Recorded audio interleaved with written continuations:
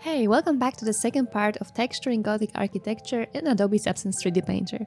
Today I'll show you how I create textures for Gothic windows with colorful stained glass using generators and masks, and an old, worn Fresco ceiling using the peeling paint filter. Let's dive in!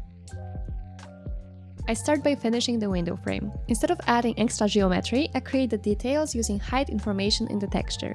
I make a new fill layer and, with the path tool, draw curves directly on the mesh. I can move vertices at any time, so I don't worry about perfect precision. I also enable symmetry and adjust its position, since the center is slightly off, to make sure all curves mirror correctly. I keep adding more curves to the center and lower part of the window for extra detail.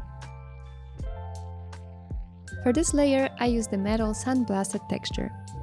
Once done, I apply a bevel filter to smooth the edges and create anchor points I will use later. Next, I create a new dark gray fill layer with a dirt generator.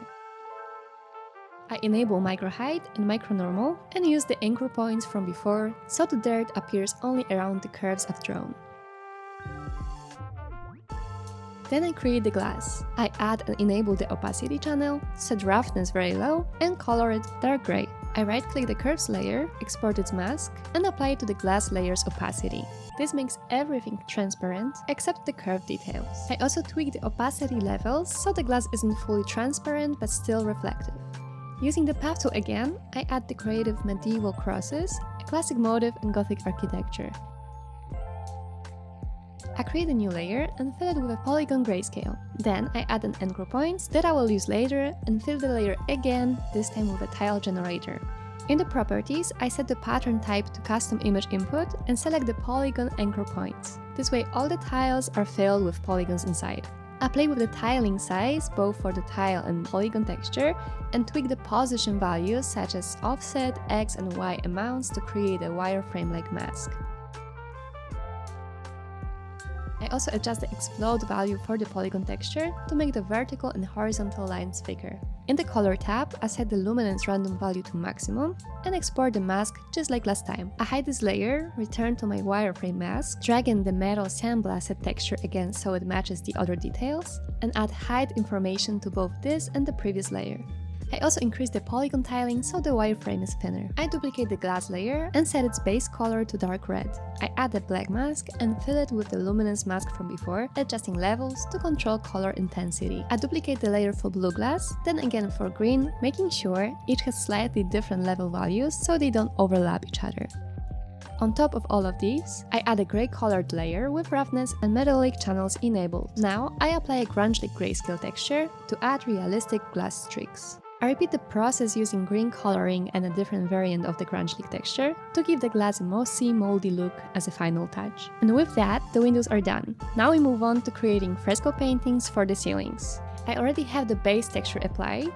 You may have seen it in part 1, but for those who haven't, here's a quick breakdown. I use a main concrete cast texture, a scratches generator, 2 variants of dirt large and small, and 2 variants of moss concentrated around the edges.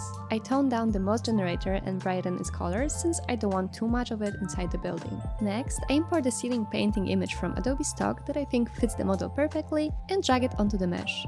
I move the layer to the bottom, just above the base texture, and change its projection to UV.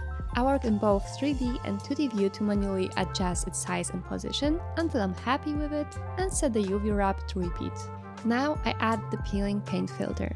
First, I adjust the technical parameters, changing colors and lowering height range. Then, back in the main settings, I tweak the peeling level and flaking values until I like the result. I keep the values moderate so the painting remains visible and readable.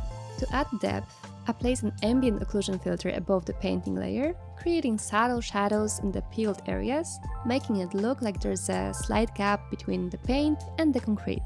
On top of this, I add a greenish layer filled with a grunge map to simulate mold. I scale it down and lower its opacity so it stays subtle. I also create a white layer with another grunge map to make certain areas look faded without adding more peeling.